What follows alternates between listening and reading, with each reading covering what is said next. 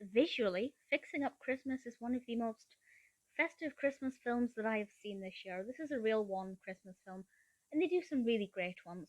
And there are a couple of films that they've released this year, and Fixing Up Christmas is probably my favourite. I believe this is also called Falling for Christmas. Definitely prefer the other title.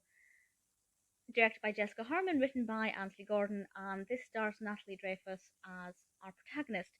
And she plays a character known as a fixer. She's basically a party planner, and approaching the holidays, she's tasked to help the CEO plan the perfect Christmas party. This Christmas party is basically make or break for his company. If he impresses the mayor and stakeholders, it could really turn his company around. If not, his entire life could come crashing down. That's a lot of pressure to put on the shoulders of one individual. Will she be able to carry this off, or will things just crumble to the ground? This is a Christmas rom-com, so needless to say, it's quite light-hearted, but there are pitfalls for her to deal with and some animosity to kind of grow within the romance that begins to blossom. Obviously, it's a Christmas romance. We have this brilliant on screen chemistry between Natalie Dreyfuss and Marshall Williams. I loved watching them work together. Visually, I think the casting works very well in terms of their personalities on screen. They go together hand in hand. You can see the coupling and how it works, but you can see where there is some antagonism between them when things maybe don't go right for one or the other. The narrative is interesting enough. I guess I was slightly emotionally invested to see how they would fare with the Christmas party, to see if it would be a success.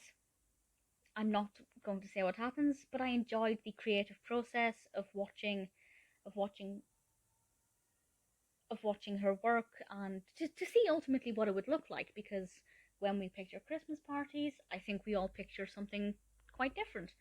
And some are more traditional, some are very crisp, clean, white Christmas trees rather than the chaotic red and greens. I wasn't sure what she'd go with, and I enjoyed that aspect of it. This does have the cliche characters overreacting when something doesn't go right, which always irritates me, but having watched well over 200 Christmas rom-coms of this kind, I'm kind of used to it by now, and you just expect it. When it doesn't happen, it's a delight.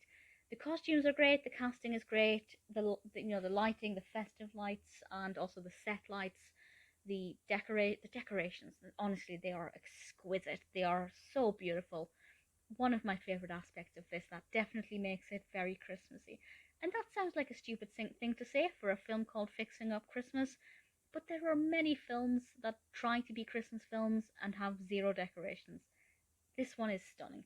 The narrative is okay. It develops fairly well. It's not the best film I've ever seen, but if you like Real One entertainment films, you like festive films and contemporary rom-coms, you could definitely do a lot worse than Fixing Up Christmas.